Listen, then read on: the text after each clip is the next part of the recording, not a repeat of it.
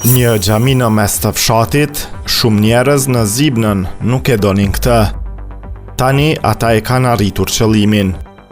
Komuniteti musliman shqiptar i cili donte ta shndronte shtëpinë historike në sheshin kryesor të fshatit në një qendër kulturore islamike, po braktis planet e tij për momentin.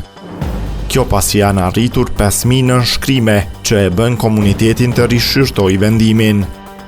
Ne nuk duam të përçajmë popullsinë, është shprehur kryetari i komunitetit musliman, Sinan Sadriu, për programin Rundshau. Ai tha gjithashtu se nuk donte të përballej me sharje. Komuniteti shqiptar tani po kërkon një vend tjetër për xhamin. Rezistenca ishte e konsiderueshme. SVP lokale mblodhi rreth 5.000 nënshkrime kundër planeve të komunitetit musliman shqiptar. Një xhami nuk i përket mesit të fshatit, shpjegon Rita Ruc, pronare e një dyqani thurjeje përballë shtëpisë që ishte planifikuar të bëhej xhami, raporton SRF. Ideja e xhamive në rajon nuk është një rast i izoluar. Kohët e fundit, për shembull, rezistenca ndaj projekteve të tilla u ngrit edhe në periferi të Bernës dhe në San Gallen.